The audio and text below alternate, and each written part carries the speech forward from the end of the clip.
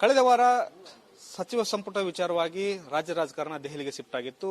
ಅಲ್ಲಿಂದ ಮತ್ತೆ ಸಂಕ್ರಾಂತಿಗೆ ಈಗ ಸಚಿವ ಸಂಪುಟ ಪುನರ್ರಚನೆ ಹೋಗಿರ್ತಕ್ಕಂಥದ್ದು. ಇದ್ರ ಜೊತೆಗೆ ಸಾಕಷ್ಟು ಆಕಾಂಕ್ಷಿಗಳು ಕೂಡ ಇದ್ದಾರೆ. ಅದರಲ್ಲಿ ತುಮಕೂರು ಭಾಗದಲ್ಲಿ ಸಾಕಷ್ಟು ಸಚಿವ ಆಕಾಂಕ್ಷಿಗಳಿರೋದು ಕೂಡ ಒಂದು ರೀತಿಯಲ್ಲಿ ರಾಜ್ಯ ಸರ್ಕಾರಕ್ಕೆ ಮತ್ತು ಸಿಎಂ ಕೂಡ ತಲೆನೋವಾಗಿರ್ತಕ್ಕಂಥದ್ದು. ಇದ್ರ ಬಗ್ಗೆ ಮಾತನಾಡೋದಕ್ಕೆ ಶಾಸಕರಂತ ಕುಣಗಲ್ ರಂಗನಾಥ್ ಅವರು ಇದನ್ನು ಮಾತನಾಡ್ಸೋಣ. ಸರ್, ಸಚಿವ ಸಂಪುಟ ಪುನರ್ರಚನೆ ಆಗುತ್ತೆ ಅನ್ನುವಂಥದ್ದು ಒಂದು ನಿರೀಕ್ಷೆ ಇತ್ತು. ತುಮಕೂರಲ್ಲಿ 2 ಸಚಿವ ಸ್ಥಾನ ಇತ್ತು, ಈಗ ಒಂದೇ ಉಳ್ಕೊಂಡಿರ್ತು. ನೀವು ಕಳೆದ ಬಾರಿ ಒಂದ್ಸರಿ ಮಾತನಾಡ್ತಾ ಹೇಳಿದ್ರಿ ಇನ್ನೊಂದು ತುಮಕೂರಿಗೆ ಸಚಿವ ಸ್ಥಾನ ಕೊಡಬೇಕು ಅನ್ನುವಂಥದ್ದು. ತಾವು ಕೂಡ ಆಸ್ಪಿರೆಂಟ್ ಇದ್ರೆ ಹೇಗೆ ಸರ್? ಕಾಂಗ್ರೆಸ್ ಪಾರ್ಟಿ ನನಗೆ ಟಿಕೆಟ್ ಕೊಟ್ಟು ನಮ್ಮ ಕುಣಿಗಲ್ ಕ್ಷೇತ್ರದ ಮಹಾಜನತೆಗಳು ನನ್ನ ಆಶೀರ್ವಾದ ಮಾಡಿ ಇವತ್ತು ಶಾಸಕನ್ ಮಾಡಿದ್ದಾರೆ.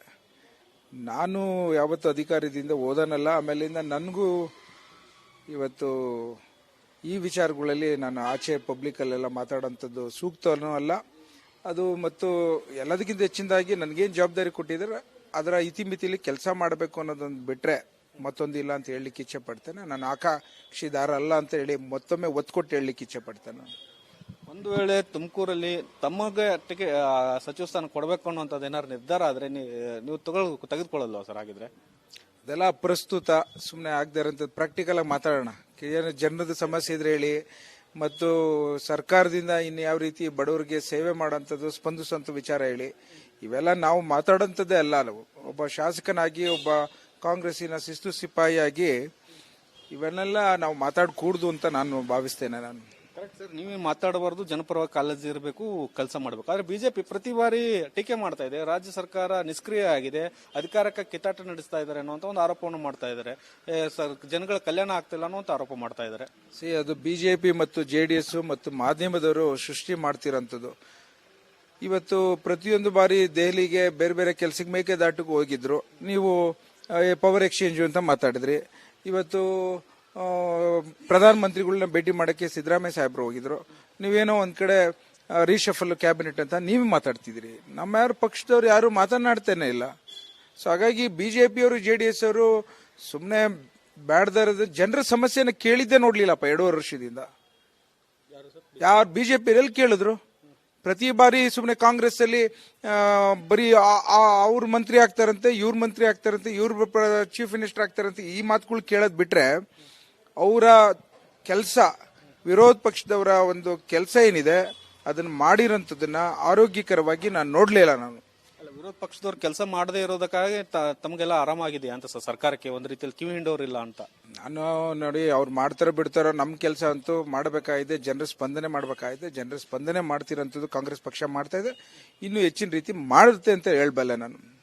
ಸರ್, ಇದ್ರ ನಡುವೆ ರಾಜನ್ ಅವರು ಒಂದು ಹೇಳಿಕೆ ಕೊಟ್ಟಿದ್ದಾರೆ, ನಾನ್ ಕಾಂಗ್ರೆಸ್ ಬಿಟ್ರೆ ಕಾಂಗ್ರೆಸ್ ತುಮಕೂರಲ್ಲಿ ವೈಟ್ ವಾಶ್ ಆಗೋಗ್ಬಿಡುತ್ತೆ ಅಂತ. ಸರ್, ನಾನು ರಾಜನ್ ಅವ್ರ ಬಗ್ಗೆ ಗೌರವ ಇದೆ. ನಾನು ಅದ್ರ ಬಗ್ಗೆ ನೀವು ಅವ್ರನ್ನೇ ಕೇಳಬೇಕು ಹೊತ್ತು ಅದ್ರ ಬಗ್ಗೆ ನಾನು ಉತ್ತರ ಕೊಡೋಷ್ಟು ದೊಡ್ಡನಲ್ಲ. ನಾನು ಅಷ್ಟು ದುರ್ಬಲ ಇದೆ ಸರ್ ಕಾಂಗ್ರೆಸ್ ತುಮಕೂರಲ್ಲಿ ಅಂತ. ಅದಕ್ಕೊಂದು ಮಾತು ಹೇಳ್ತೇನೆ, ಕಾಂಗ್ರೆಸ್ ಪಕ್ಷ ಯಾರಿಲ್ಲದಿದ್ರು ಕಾಂಗ್ರೆಸ್ ಪಕ್ಷದ ಶಕ್ತಿ ಅಗಾಧವಾಗಿದೆ. ಸೊ ಹಾಗಾಗಿ ಅಷ್ಟಕ್ಕೆ ಸೀಮಿತ. ನಾನು ನಮ್ಮ ಕುಣಿಗಲಲ್ಲಿ ಕಾಂಗ್ರೆಸ್ನ ಯಾವ ರೀತಿ ಸದೃಢ ಮಾಡಬೇಕು ಅನ್ನೋ ಪ್ರಯತ್ನದಲ್ಲಿ ಮಾತ್ರ ನಾನು ಇದ್ದೇನೆ ಅಂತ ಹೇಳಬಲ್ಲೆ. ನಾನು ಮೇಕೆದಾಟಿಗೆ ಅವಕಾಶ ಸಿಗ್ತಾ ಇದೆ ಸರ್.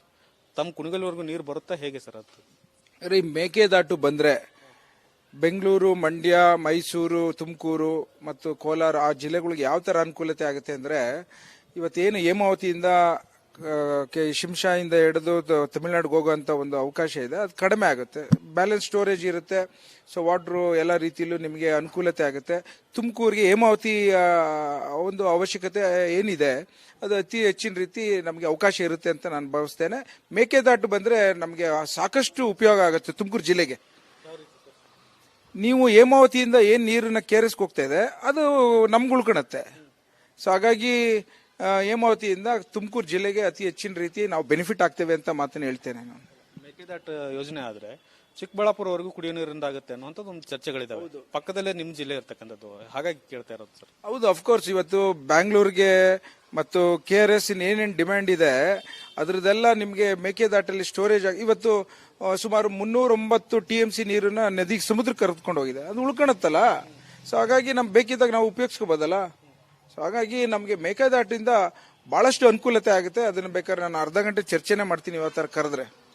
ಹೇಮಾವತಿ ನೀರಿಂದ ಸೆಟಲ್ ಆಯ್ತಾ ಸರ್? ಯಾಕಂದ್ರೆ ಅದ್ ಹಿಂದೆ ರೈತರೆಲ್ಲ ವಿರೋಧ ಮಾಡಿದ್ರು, ಅದೆಲ್ಲ ನೀವು ಮನವಿ ಮಾಡಿದ್ರಿ. ನಾವು ಕೂಡ ತುಮಕೂರು ಜಿಲ್ಲೆಯವರೇ, ನಮ್ಗೆ ಹೇಮಾವತಿ ನೀರನ್ನ ಉಪಯೋಗಿಸ್ಕೊಳಕ್ ಬಿಡಿ ಅನ್ನುವಂಥದ್ನೆಲ್ಲ. ಈಗ ನಮ್ಮ ಸಂಸದರಾದಂತ ಸೋಮಣ್ಣ ಸಾಹೇಬರು, ಡಿ.ಕೆ. ಶಿವಕುಮಾರ್ ಸಾಹೇಬರು ಉಪಮುಖ್ಯಮಂತ್ರಿಗಳನ್ನ ಸ್ಪಾಟ್ ವಿಸಿಟ್ ಬರಕ್ಕೆ ಹೇಳಿದ್ರು. ಅದಾದ್ಮೇಲೆ ಶುರು ಮಾಡಿ ಅಂತ ಹೇಳಿದ್ದಾರೆ. ಸೊ ಹಾಗಾಗಿ ಅವರು ಇನ್ಸ್ಪೆಕ್ಷನ್ ಮಾಡಾದ್ಮೇಲೆ ಈಗ 19/1 ಏನು ಜಮೀನುಗಳನ್ನ ರೈತರಿಗೆ ಅಕ್ವಿಷನ್ ವಿಚಾರದಲ್ಲಿ ಗೊಂದಲ ಇತ್ತು, ಅದನ್ನ ಸದ್ಯದಲ್ಲಿ 15 ದಿನದಲ್ಲಿ ಬಿಡುಗಡೆ ಆಗುತ್ತೆ ಅವ್ರ ಕಾಂಪನ್ಸೇಷನ್ಸ್ ಎಲ್ಲ. ಅದ ನಂತರ ಈಗ ಏನು ಕಾಮಗಾರಿಗಳು ಶುರು ಆಗುತ್ತೆ ಅಂತ ಹೇಳಲಿಕ್ಕೆ ಇಚ್ಛೆ ಪಡ್ತೇನೆ ನಾನು. ತಮ್ಮ ನೀರನ್ನ ತಡೆಯಕ್ಕಾಗೋದಿಲ್ಲ, ಕೊಳಗಲ್ ಬರೋ ನೀರನ್ನು ಸರ್ ಯಾರು ಯಾವುದೇ ಕಾರಣಕ್ಕೂ ಕುಣಿಗಲ್ ತಾಲೂಕಿನ ಲಿಂಕ್ ಕೆನಾಲ್ನ ಯಾರು ತಡೆಯಕ್ಕಾಗಲ್ಲ ಅನ್ನೋ ಮಾತನ್ನು ಹೇಳ್ತೇನೆ ನಾನು. ಸರ್, DCM ಸಾಹೇಬರು ಬಹಳ ದಿನಗಳಿಂದ ಆಕಾಂಕ್ಷೆ ಇಟ್ಕೊಂಡು ಕೂತಿದ್ದಾರೆ, ದುಡ್ಡು ಕೂಲಿ ಅನ್ನೋಂಥದ್ದು ಸರ್. ಹೇಗೆ ಸರ್ ಸಿಗಬಹುದಾ ಮುಂದಿನ ದಿನಗಳಲ್ಲಿ ಅಂತ? ನಾನು ಅದ್ರ ಬಗ್ಗೆ ಮಾತಾಡ್ಲಿಕ್ಕೆ ಹೋಗಲ್ಲ. ತಮಗೆಲ್ಲ ಗೊತ್ತಿದ್ದಂತೆ ಇವತ್ತು ಚೀಫ್ ಮಿನಿಸ್ಟರ್ ಕುರ್ಚಿ ಖಾಲಿ ಇಲ್ಲ. ನಾನು ಅದ್ರ ಬಗ್ಗೆ ಕಾಮೆಂಟ್ ಮಾಡೋಷ್ಟು ದೊಡ್ಡನೂ ಅಲ್ಲ. ಸೊ ಹಾಗಾಗಿ ಎಲ್ಲ ಒಳ್ಳೇದಾಗತ್ತೆ ಅಂತ ಹೇಳ್ಬಲ್ಲ ಅಷ್ಟೇ. ಹಾರೈಕೆ ಅಂತೂ ಇದೆ ಸರ್ ನಿಮಗೆ DCM ಪರವಾಗಿ? ಆಗ್ಲೇ ಒಂದು ನೋಟಿಸ್ ಕೊಟ್ಟಾಗಿದೆ, ಮತ್ತೆ ಯಾಕೆ ನೋಟಿಸ್ ಕೊಡಿಸ್ತೀರಿ? Okay sir, thank you. ಇದಿಷ್ಟು ಶಾಸಕರಾದಂತಹ ಕುಣಿಗಲ್ ರಂಗನಾಥ್ ಅವರು ಮತ್ತು ಕ್ಯಾಮರಾಮನ್ ಕೃಷ್ಣ ಜೊತೆ ಬಸವರಾಜ್ ಸೆಂಟಿಮೀಟರ್ ರಿಪಬ್ಲಿಕ್ ಕಾಡ, ಬೆಂಗಳೂರು. ಕಳೆದ ವಾರ ಸಚಿವ ಸಂಪುಟ ವಿಚಾರವಾಗಿ ರಾಜ್ಯ ರಾಜಕಾರಣ ದೆಹಲಿಗೆ ಶಿಫ್ಟ್ ಆಗಿತ್ತು. ಅಲ್ಲಿಂದ ಮತ್ತೆ ಸಂಕ್ರಾಂತಿಗೆ ಈಗ ಸಚಿವ ಸಂಪುಟ ಪುನರ್ರಚನೆ ಹೋಗಿರ್ತಕ್ಕಂಥದ್ದು. ಇದ್ರ ಜೊತೆಗೆ ಸಾಕಷ್ಟು ಆಕಾಂಕ್ಷಿಗಳು ಕೂಡ ಇದ್ದಾರೆ. ಅದರಲ್ಲೂ ತುಮಕೂರು ಭಾಗದಲ್ಲಿ ಸಾಕಷ್ಟು ಸಚಿವ ಆಕಾಂಕ್ಷಿಗಳಿರೋದು ಕೂಡ ಒಂದು ರೀತಿಯಲ್ಲಿ ರಾಜ್ಯ ಸರ್ಕಾರಕ್ಕೆ ಮತ್ತು ಸಿಎಂ ಕೂಡ ತಲೆನೋವಾಗಿರ್ತಕ್ಕಂಥದ್ದು. ಇದ್ರ ಬಗ್ಗೆ ಮಾತನಾಡೋದಕ್ಕೆ ಶಾಸಕರಂತ ಕುಣಿಗಲ್ ರಂಗನಾಥ್ ಅವರು ಇದನ್ನು ಮಾತನಾಡ್ಸೋಣ. ಸರ್, ಸಚಿವ ಸಂಪುಟ ಪುನರ್ರಚನೆ ಆಗುತ್ತೆ ಅನ್ನುವಂಥದ್ದು ಒಂದು ನಿರೀಕ್ಷೆ ಇತ್ತು. ತುಮಕೂರಲ್ಲಿ 2 ಸಚಿವ ಸ್ಥಾನ ಇತ್ತು, ಈಗ ಒಂದೇ ಉಳ್ಕೊಂಡಿರ್ತು. ನೀವು ಕಳೆದ ಬಾರಿ ಒಂದ್ಸರಿ ಮಾತನಾಡ್ತಾ ಹೇಳಿದ್ರಿ ಇನ್ನೊಂದು ತುಮಕೂರಿಗೆ ಸಚಿವ ಸ್ಥಾನ ಕೊಡಬೇಕು ಅನ್ನುವಂಥದ್ದು. ತಾವು ಕೂಡ ಆಸ್ಪಿರೆಂಟ್ ಇದ್ರೆ ಹೇಗೆ ಸರ್ ಅಂತ? ಕಾಂಗ್ರೆಸ್ ಪಾರ್ಟಿ ನನಗೆ ಟಿಕೆಟ್ ಕೊಟ್ಟು ನಮ್ಮ ಕುಣಿಗಲ್ ಕ್ಷೇತ್ರದ ಮಹಾಜನತೆಗಳು ನನ್ನ ಆಶೀರ್ವಾದ ಮಾಡಿ ಇವತ್ತು ಶಾಸಕನ್ ಮಾಡಿದ್ದಾರೆ. ನಾನು ಯಾವತ್ತು ಅಧಿಕಾರದಿಂದ ಓದನಲ್ಲ. ಆಮೇಲಿಂದ ನನಗೂ ಇವತ್ತು ಈ ವಿಚಾರಗಳಲ್ಲಿ ನಾನು ಆಚೆ ಪಬ್ಲಿಕಲ್ಲೆಲ್ಲ ಮಾತಾಡೋಂಥದ್ದು ಸೂಕ್ತನೂ ಅಲ್ಲ. ಅದು ಮತ್ತು ಎಲ್ಲದಕ್ಕಿಂತ ಹೆಚ್ಚಿನದಾಗಿ ನನಗೇನು ಜವಾಬ್ದಾರಿ ಕೊಟ್ಟಿದ್ದಾರೆ ಅದರ ಇತಿಮಿತಿಲಿ ಕೆಲಸ ಮಾಡಬೇಕು ಅನ್ನೋದೊಂದು ಬಿಟ್ರೆ ಮತ್ತೊಂದಿಲ್ಲ ಅಂತ ಹೇಳಲಿಕ್ಕೆ ಇಚ್ಛೆ ಪಡ್ತೇನೆ. ನಾನು ಆಕಾಂಕ್ಷಿದಾರ ಅಲ್ಲ ಅಂತ ಹೇಳಿ ಮತ್ತೊಮ್ಮೆ ಒತ್ತು ಕೊಟ್ಟು ಹೇಳಲಿಕ್ಕೆ ಇಚ್ಛೆ ಪಡ್ತೇನೆ.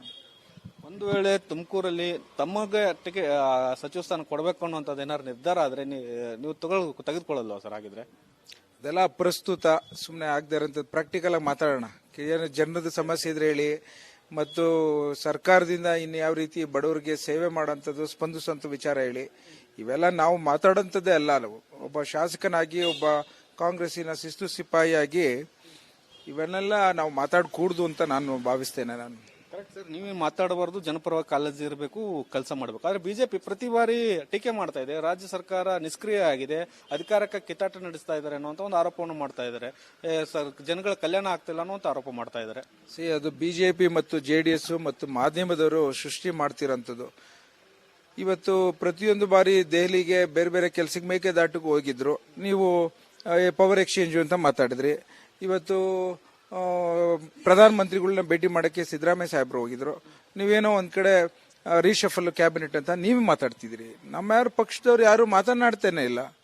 ಸೊ ಹಾಗಾಗಿ ಬಿಜೆಪಿಯವರು JDS ಅವರು ಸುಮ್ಮನೆ ಬ್ಯಾಡ್ದಾರದ ಜನರ ಸಮಸ್ಯೆನ ಕೇಳಿದ್ದೇ ನೋಡ್ಲಿಲ್ಲಪ್ಪ 2.5 ವರ್ಷದಿಂದ. ಯಾರು ಬಿಜೆಪಿ ಎಲ್ಲಿ ಕೇಳಿದ್ರು? ಪ್ರತಿ ಬಾರಿ ಸುಮ್ಮನೆ ಕಾಂಗ್ರೆಸ್ ಅಲ್ಲಿ ಬರೀ ಅವ್ರ ಮಂತ್ರಿ ಆಗ್ತಾರಂತೆ, ಇವ್ರ ಮಂತ್ರಿ ಆಗ್ತಾರಂತೆ, ಇವ್ರ ಚೀಫ್ ಮಿನಿಸ್ಟರ್ ಆಗ್ತಾರಂತೆ, ಈ ಮಾತುಗಳು ಕೇಳೋದ್ ಬಿಟ್ರೆ ಅವರ ಕೆಲಸ, ವಿರೋಧ ಪಕ್ಷದವರ ಒಂದು ಕೆಲಸ ಏನಿದೆ ಅದನ್ನ ಮಾಡಿರೋಂಥದ್ದನ್ನ ಆರೋಗ್ಯಕರವಾಗಿ ನಾನು ನೋಡ್ಲಿಲ್ಲ. ನಾನು ವಿರೋಧ ಪಕ್ಷದವ್ರು ಕೆಲಸ ಮಾಡದೇ ಇರೋದಕ್ಕಾಗಿ ತಮಗೆಲ್ಲ ಆರಾಮಾಗಿದೆಯಾ ಅಂತ ಸರ್ಕಾರಕ್ಕೆ ಒಂದು ರೀತಿಯಲ್ಲಿ ಕಿವಿ ಹಿಂಡೋರಿಲ್ಲ ಅಂತ? ನಾನು ನೋಡಿ, ಅವ್ರು ಮಾಡ್ತಾರೋ ಬಿಡ್ತಾರೋ, ನಮ್ಮ ಕೆಲಸ ಅಂತೂ ಮಾಡಬೇಕಾಗಿದೆ, ಜನರ ಸ್ಪಂದನೆ ಮಾಡಬೇಕಾಗಿದೆ. ಜನರ ಸ್ಪಂದನೆ ಮಾಡ್ತಿರೋಂಥದ್ದು ಕಾಂಗ್ರೆಸ್ ಪಕ್ಷ ಮಾಡ್ತಾ ಇದೆ, ಇನ್ನೂ ಹೆಚ್ಚಿನ ರೀತಿ ಮಾಡುತ್ತೆ ಅಂತ ಹೇಳ್ಬಲ್ಲೆ ನಾನು. ಸರ್, ಇದ್ರ ನಡುವೆ ರಾಜನ್ ಅವರು ಒಂದು ಹೇಳಿಕೆ ಕೊಟ್ಟಿದ್ದಾರೆ, ನಾನ್ ಕಾಂಗ್ರೆಸ್ ಬಿಟ್ರೆ ಕಾಂಗ್ರೆಸ್ ತುಮಕೂರಲ್ಲಿ ವೈಟ್ ವಾಶ್ ಆಗೋಗ್ಬಿಡುತ್ತೆ ಅಂತ. ಸರ್, ನಾನು ರಾಜನ್ ಅವ್ರ ಬಗ್ಗೆ ಗೌರವ ಇದೆ. ನಾನು ಅದ್ರ ಬಗ್ಗೆ ನೀವು ಅವ್ರನ್ನೇ ಕೇಳಬೇಕು ಹೊತ್ತು ಅದ್ರ ಬಗ್ಗೆ ನಾನು ಉತ್ತರ ಕೊಡೋಷ್ಟು ದೊಡ್ಡನಲ್ಲ. ನಾನು ಅಷ್ಟು ದುರ್ಬಲ ಇದೆ ಸರ್ ಕಾಂಗ್ರೆಸ್ ತುಮಕೂರಲ್ಲಿ ಅಂತ. ಅದಕ್ಕೊಂದು ಮಾತು ಹೇಳ್ತೇನೆ, ಕಾಂಗ್ರೆಸ್ ಪಕ್ಷ ಯಾರಿಲ್ಲದಿದ್ರು ಕಾಂಗ್ರೆಸ್ ಪಕ್ಷದ ಶಕ್ತಿ ಅಗಾಧವಾಗಿದೆ. ಸೊ ಹಾಗಾಗಿ ಅಷ್ಟಕ್ಕೆ ಸೀಮಿತ. ನಾನು ನಮ್ಮ ಕುಣಿಗಲಲ್ಲಿ ಕಾಂಗ್ರೆಸ್ಸಿನ ಯಾವ ರೀತಿ ಸದೃಢ ಮಾಡಬೇಕು ಅನ್ನೋ ಪ್ರಯತ್ನದಲ್ಲಿ ಮಾತ್ರ ನಾನು ಇದ್ದೇನೆ ಅಂತ ಹೇಳಬಲ್ಲೆ. ನಾನು ಮೇಕೆದಾಟಿಗೆ ಅವಕಾಶ ಸಿಗ್ತಾ ಇದೆ ಸರ್. ತಮ್ಮ ಕುಣಿಗಲ್ವರೆಗೂ ನೀರು ಬರುತ್ತಾ ಹೇಗೆ ಸರ್ ಅದು? ರೀ, ಮೇಕೆದಾಟು ಬಂದ್ರೆ ಬೆಂಗಳೂರು, ಮಂಡ್ಯ, ಮೈಸೂರು, ತುಮಕೂರು ಮತ್ತು ಕೋಲಾರ ಆ ಜಿಲ್ಲೆಗಳಿಗೆ ಯಾವ ತರ ಅನುಕೂಲತೆ ಆಗುತ್ತೆ ಅಂದ್ರೆ, ಇವತ್ತೇನು ಹೇಮಾವತಿಯಿಂದ ಶಿಂಷಾಯಿಂದ ಹಿಡಿದು ತಮಿಳುನಾಡಿಗೆ ಹೋಗುವಂತ ಒಂದು ಅವಕಾಶ ಇದೆ, ಅದು ಕಡಿಮೆ ಆಗುತ್ತೆ. ಬ್ಯಾಲೆನ್ಸ್ ಸ್ಟೋರೇಜ್ ಇರುತ್ತೆ.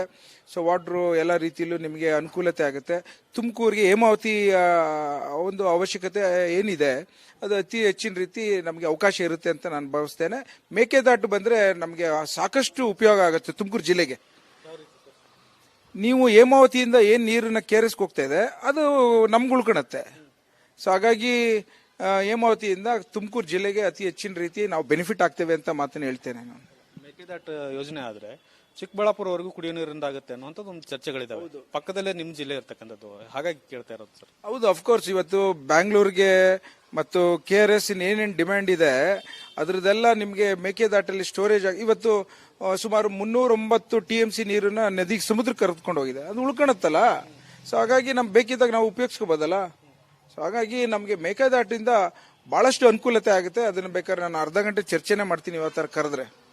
ಹೇಮಾವತಿ ನೀರಿಂದ ಸೆಟಲ್ ಆಯ್ತಾ ಸರ್? ಯಾಕಂದ್ರೆ ಅದ್ ಹಿಂದೆ ರೈತರೆಲ್ಲ ವಿರೋಧ ಮಾಡಿದ್ರು, ಅದೆಲ್ಲ ನೀವು ಮನವಿ ಮಾಡಿದ್ರಿ. ನಾವು ಕೂಡ ತುಮಕೂರು ಜಿಲ್ಲೆಯವರೇ, ನಮ್ಗೆ ಹೇಮಾವತಿ ನೀರನ್ನ ಉಪಯೋಗಿಸ್ಕೊಳಕ್ ಬಿಡಿ ಅನ್ನುವಂಥದ್ನೆಲ್ಲ.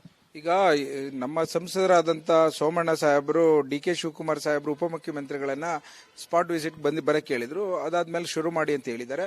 ಸೊ ಹಾಗಾಗಿ ಅವರು ಇನ್ಸ್ಪೆಕ್ಷನ್ ಮಾಡಾದ್ಮೇಲೆ ಈಗ 19/1 ಏನು ಜಮೀನುಗಳನ್ನ ರೈತರಿಗೆ ಅಕ್ವಿಷನ್ ವಿಚಾರದಲ್ಲಿ ಗೊಂದಲ ಇತ್ತು, ಅದನ್ನ ಸದ್ಯದಲ್ಲಿ 15 ದಿನದಲ್ಲಿ ಬಿಡುಗಡೆ ಆಗುತ್ತೆ ಅವ್ರ ಕಾಂಪನ್ಸೇಷನ್ಸ್ ಎಲ್ಲ. ಅದ ನಂತರ ಈಗ ಏನು ಕಾಮಗಾರಿಗಳು ಶುರು ಆಗುತ್ತೆ ಅಂತ ಹೇಳಲಿಕ್ಕೆ ಇಚ್ಛೆ ಪಡ್ತೇನೆ ನಾನು. ತಮ್ಮ ನೀರನ್ನ ತಡೆಯಕ್ಕಾಗೋದಿಲ್ಲ, ಕುಣಿಗಲ್ ಬರೋ ನೀರನ್ನು ಸರ್ ಯಾರು ಯಾವುದೇ ಕಾರಣಕ್ಕೂ ಕುಣಿಗಲ್ ತಾಲೂಕಿನ ಲಿಂಕ್ ಕೆನಾಲ್ ನ ಯಾರು ತಡೆಯಕ್ಕಾಗಲ್ಲ ಅನ್ನೋ ಮಾತನ್ನು ಹೇಳ್ತೇನೆ ನಾನು. DCM ಸಾಹೇಬರು ಬಹಳ ದಿನಗಳಿಂದ ಆಕಾಂಕ್ಷೆ ಇಟ್ಕೊಂಡು ಕೂತಿದ್ದಾರೆ, ದುಡ್ಡು ಕೂಲಿ ಅನ್ನೋಂಥದ್ದು ಸರ್.